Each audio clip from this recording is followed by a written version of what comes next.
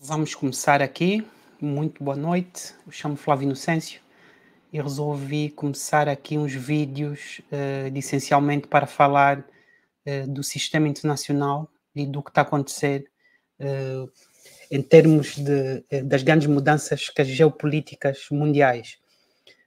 Há várias razões que me levaram a decidir começar a fazer estes vídeos. Creio que vou fazer estes vídeos semanalmente. E essencialmente estas razões prendem-se com insuficiência de alguma informação que nós encontramos nos mídias em geral, mas também no próprio mundo académico, que tem se tornado, infelizmente, bastante, vamos chamar assim, bastante ideológico, pouco factual e, obviamente, com características muito específicas. O que eu quero falar hoje é sobre o regresso da competição que a geopolítica. O título deste vídeo é sobre a transformação da ordem internacional, a luta de titãs. E o primeiro aspecto que eu quero mencionar aqui é o regresso da competição que é geopolítica. Essencialmente, aquilo que estamos a assistir nos últimos anos, eu diria nos últimos 4 anos, desde que houve a crise do Covid, desde que começou essencialmente a desagregação do sistema internacional, que começa com a saída dos americanos do Afeganistão e do conflito ucraniano, e depois seguido pelo conflito que está a ocorrer no Médio Oriente, entre a Palestina e Israel. O que nós temos é uma desagregação do sistema internacional, e isso tem um conjunto de consequências políticas. Muita gente, creio que está a ignorar isto, creio que muita gente ainda vive presa ao paradigma do pós-Guerra Fria, ao paradigma de 91. É um paradigma que hoje está totalmente ultrapassado, por várias razões que vamos aqui falar. O meu interesse, essencialmente, é falar sobre o papel da África e o papel e as consequências que isso tem em África. Há muitos analistas e muitos comentadores que têm abordado isso de uma perspectiva mais ocidental e mais asiática, e também de uma perspectiva mais internacional. Mas eu quero aqui abordar essencialmente quais são as consequências disso para a vida prática do continente africano, porque esse é o meu interesse, embora tenha um interesse também global. O primeiro grande aspecto é que o momento unipolar acabou. Isto já não existe. Aquilo que vamos assistir a partir de agora é uma competição entre vários países, não necessariamente agregados em blocos económicos. Isto não vai ser repetir a Guerra Fria, conforme muita gente diz. Muita gente está presa ao paradigma da Guerra Fria e tem dito coisas que são profundamente ou falsas ou coisas que são claramente erradas. Uma delas é acreditar que a China, que emerge como uma grande concorrente americana, pelo menos do ponto de vista económico e também geopolítico, vai ser uma espécie de nova União Soviética. Isso é um grande mito, é um mito que não tem lógica nenhuma, não faz sentido nenhum. Isso é um mito que rapidamente vai desvanecer por várias razões. A principal razão é que a China esteve numa aliança que, de facto, com os Estados Unidos de 72 a 73, desde que o Nixon visita Mao e retira a China do bloco soviético e coloca a China ainda comunista no bloco americano.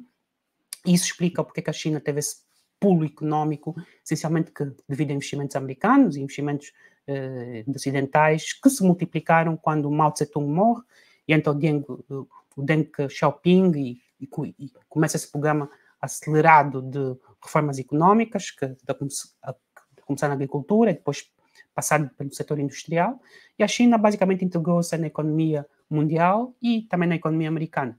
Portanto, a China, contrariamente aos tempos do pós-guerra, em que o Mao tentava espalhar a sua ideologia, que era uma ideologia comunista, mas uma versão muito chinesa, até concorrente da União Soviética, pelo menos a partir de 62, porque Mao gostava de Stalin, mas não gostava de Khrushchev. Aquilo que acontece aí é que a China tentou exportar esse maoísmo, e não é isso que está a acontecer. A China é uma economia mista, com uma forte participação pública, mas uma economia de mercado com uma forte intervenção do Estado.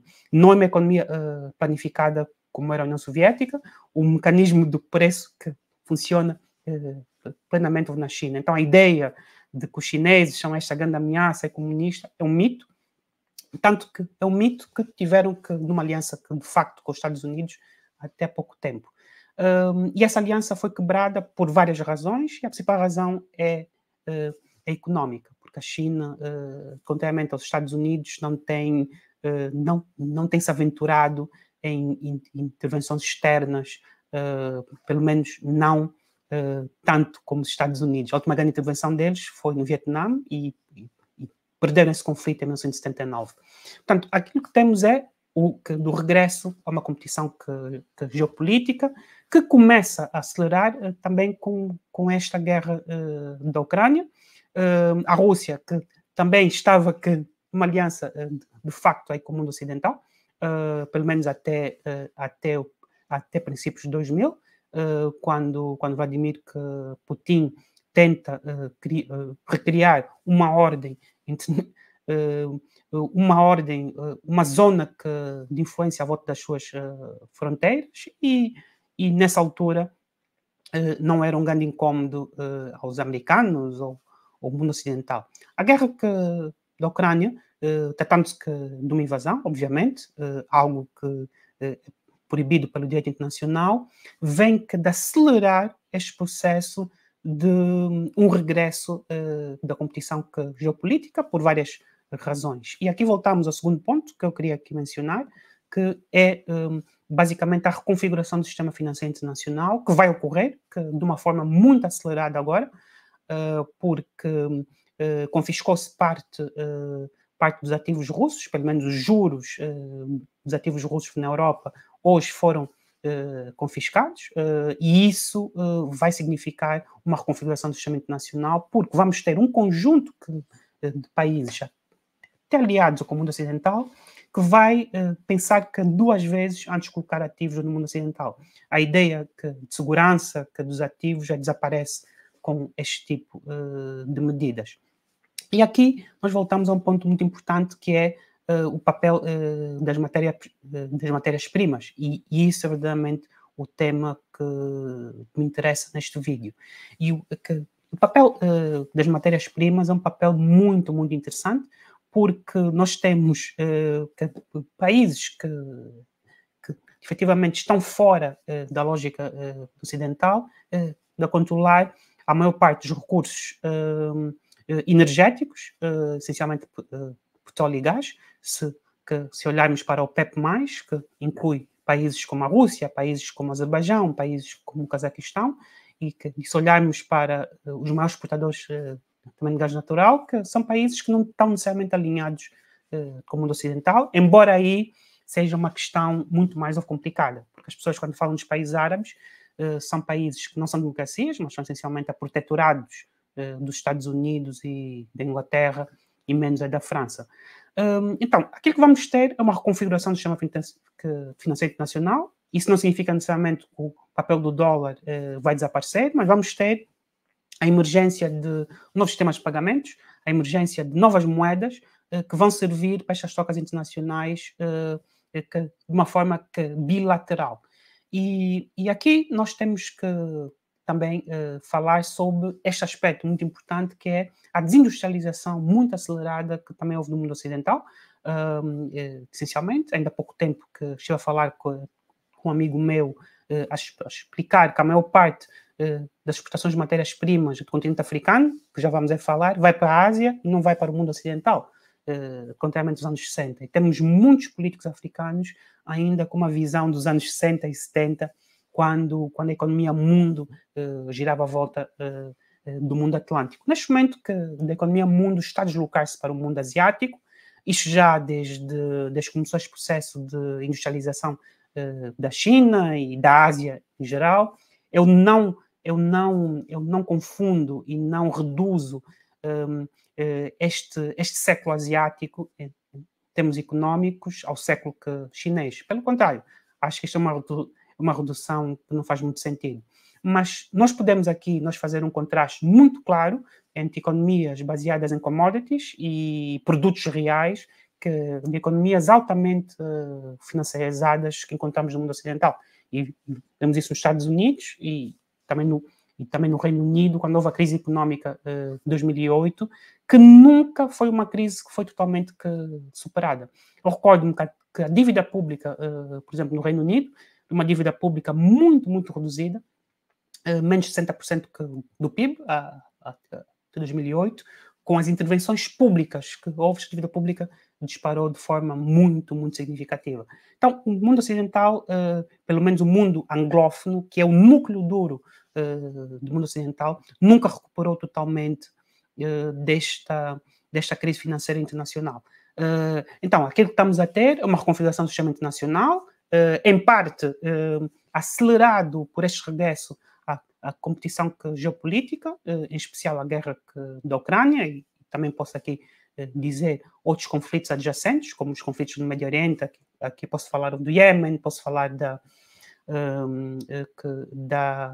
competição geopolítica entre os iranianos e os sauditas, que são protetorados americanos, como eu referi, e isso tem vindo a acelerar. E a questão fundamental aqui leva-nos à questão: qual é o papel da África? Infelizmente, temos em África muitas lideranças que são muito, muito pouco capazes, essencialmente, que não conseguem ler os tempos, e tal como no mundo ocidental, não estão presas ao momento unipolar. O momento unipolar acabou. Aquilo que os Estados Unidos fez em princípios e meados dos anos 90, princípios de 2000, não vai voltar a ocorrer, por várias razões, que eu vou procurar te explicar noutras lives e vídeos, e outras pessoas que também já explicaram isso. Mas o que vamos ter é um declínio gerido pelos Estados Unidos de uma forma mais inteligente. Porque os Estados Unidos, apesar de tudo, ainda continua a ser o país mais importante do mundo, o país mais inovador, mas é um país que claramente em declínio. E quando falamos aqui em declínio, não significa que os Estados Unidos vão se tornar um país de terceiro mundo. Pelo contrário, vai se tornar um país que vai ser um país que vai ter muitos problemas que nós encontramos no terceiro mundo, em especial a excessiva polarização, reduzir os adversários a políticos a inimigos, o que é errado numa democracia, ver problemas de sociedade muito graves, como o aumento do consumo de drogas, como é o caso do fentanil nos Estados Unidos, problemas de violência graves que os americanos nunca conseguem resolver, que assimetrias regionais muito grandes entre os vários estados, e eu estive nos Estados Unidos e sei muito bem daquilo que falo, mas o que vamos assistir é este declínio acelerado. E tratamos do país liderante do mundo ocidental. A verdade é que a Europa pouco conta do mundo ocidental, tirando alguns países chaves, obviamente, a Alemanha, que ainda são importantes, a França, mesmo o Reino Unido. O resto são países que seguem a linha americana, mesmo quando a linha americana está errada. Então, este declínio é um declínio relativo. O que é que isso significa? Isso significa que a Ásia está a crescer mais do que os Estados Unidos cresce, e com isso ganha mais poder relativo. Isso está acontecendo já há bastante tempo do ponto de vista económico, do ponto de vista militar, não necessariamente, mas os gastos militares são gastos supérfluos. A ideia de que o Estado pode estimular a economia via gastos militares é uma ideia muito problemática. Tem algum fundamento, mas é uma ideia muito problemática, porque é dinheiro que não vai para setores como a educação, como a saúde, ou setor civil. Portanto, é dinheiro que também poderia ser gasto para a exploração espacial, para novas descobertas em outros setores que fazem falta. Não faz sentido um país que gasta 800 mil milhões de dólares em defesa, fora outros gastos, não ter a sua população com acesso à saúde básica e ter muita gente excluída dos sistemas públicos, porque os Estados Unidos têm também sistemas públicos de saúde, e os sistemas privados de seguros. Então, aquilo que vamos assistir nos Estados Unidos é um declínio, e isso muitos analistas já têm abordado. Há vários autores que também têm falado disso. Um deles é o Peter Urchin, fez um estudo sobre os Estados Unidos, e basicamente ele diz que os Estados Unidos estão em declínio, por várias razões, desde os anos 70, 80, e um dos fatores foi a digitalização, o outro problema é a crescente desigualdade social, que a esquerda tem uma explicação e tem uma solução, a direita também tem uma explicação para isso, mas a verdade é que as soluções que a América precisa, nenhum dos grandes partidos vai conseguir dar de fazer. Então, aquilo que eu prevejo é um futuro muito sombrio para os Estados Unidos, e esta tentativa de assassinato de Donald Trump é um grande exemplo. O Donald Trump, para mim, é um presidente muito problemático, mas Biden também foi, e basta aqui mencionarmos aquilo que se passa em Gaza para vermos a cumplicidade americana e o fato de não resolverem o conflito da Ucrânia, que foi invadido, obviamente, mas a verdade é que o conflito continua, que continua a acelerar, e não há uma solução óbvia para esse tipo de conflitos. E então aquilo que nós vamos ter nos Estados Unidos, dentro da eleição americana, vai ter um impacto muito profundo. A questão fundamental é, e isto é que me leva ao tema desta live, e para a África, especificamente, e aqui quero falar da África, e não necessariamente do meu país ou de países específicos de África. A África vai ser o continente do futuro, por várias razões. Um deles é a demografia.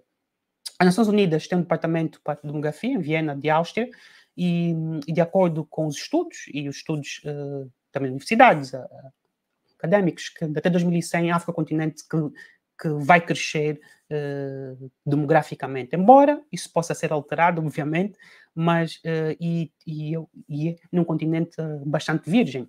Basta olharmos para a forma como as economias africanas são baseadas no setor extrativo. Muitas dessas economias ainda importam coisas básicas, como, por exemplo, alimentos. Muita gente não sabe isso, mas muitos países africanos são importadores de alimentos, isto é, importam mais do que exportam em termos de produtos agrícolas, e o resto pagam via empréstimos e via produtos de exportação mineral. E com a transição energética a acelerar, e eu vou fazer alguns vídeos sobre a transição energética, porque há muitos equívocos sobre o que é que isso significa, a minha área de estudo, e tenho dado aulas sobre isso. Muita gente tem entendido muito mal o que é que isso significa. Mas um ponto assente é que vai aumentar a procura por minerais até 2050, pelo menos que é 5 vezes. E a verdade é que não há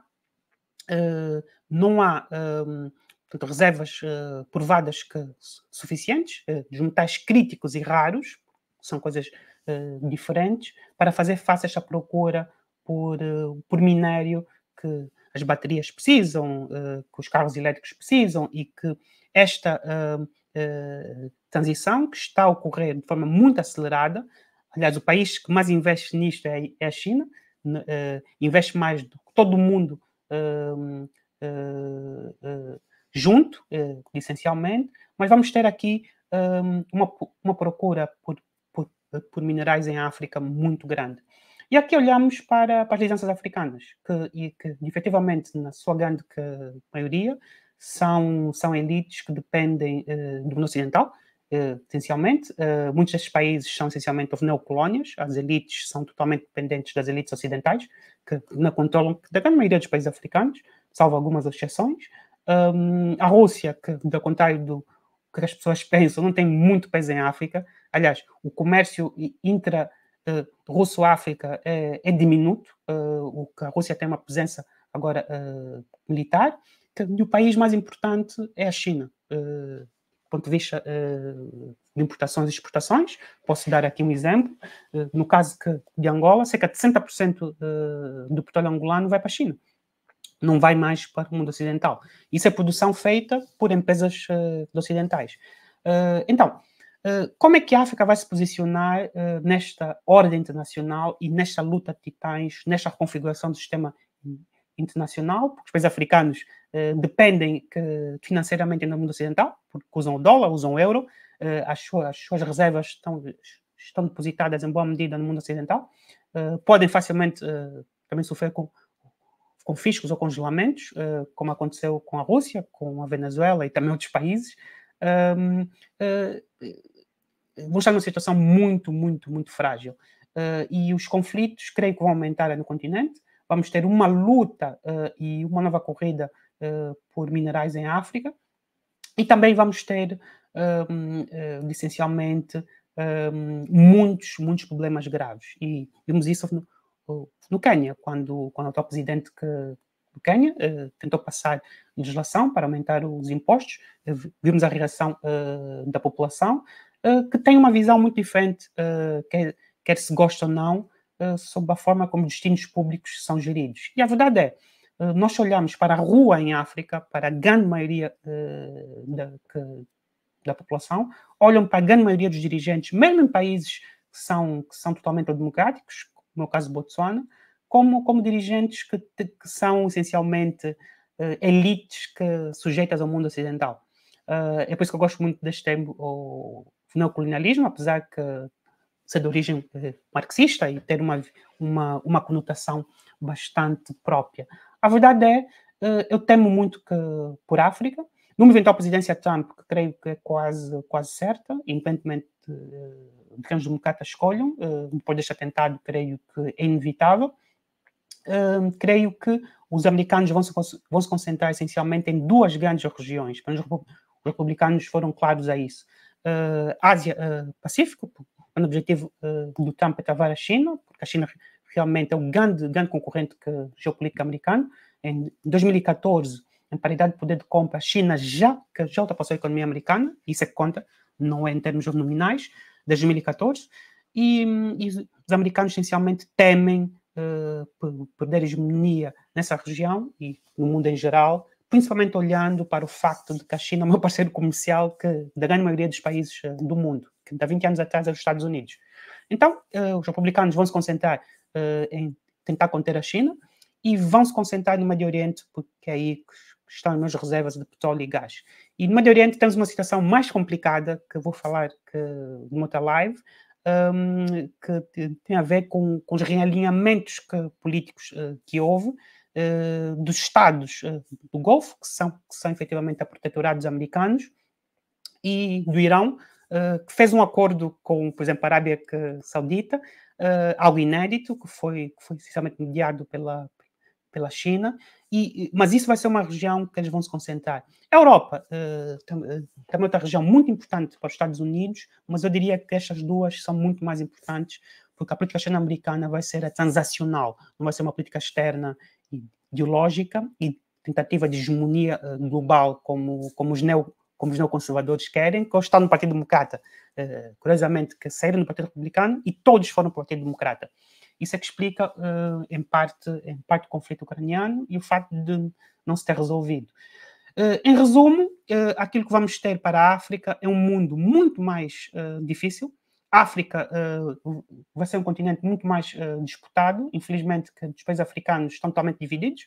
Não há, obviamente, um processo de integração grande, que os países africanos são muito pequenos para poder fazer face aos Estados Unidos ou uma China por si próprios, e vai ser quase impossível para muitos deles manterem a neutralidade. O que posso dizer é que o mundo unipolar acabou, isto não existe. Essa ideia, e eu sou um admirador dos Estados Unidos, parte do meu doutoramento foi sobre a Constituição Americana e o processo de transformação dos Estados Unidos em termos do federalismo, mas a verdade é que esse mundo acabou, temos que nos preparar para um mundo novo que vem aí, onde os Estados Unidos vão continuar a ser o país mais importante, é um país fantástico, que eu acredito que tem uma capacidade de transformação, mas é um país em declínio com problemas graves, que dificilmente vão resolver no curto prazo. Então, para nós, temos que estar atentos em que a esta transformação internacional, onde vamos ter a emergência de um bloco que controla essencialmente as principais commodities do mundo e outro bloco que controla essencialmente a papel e alguma tecnologia, porque mesmo em tecnologia a China está a disputar com os Estados Unidos e em muitos setores está à frente, mas isso fica para um outro vídeo. Muito obrigado e mais uma vez obrigado por me ouvirem.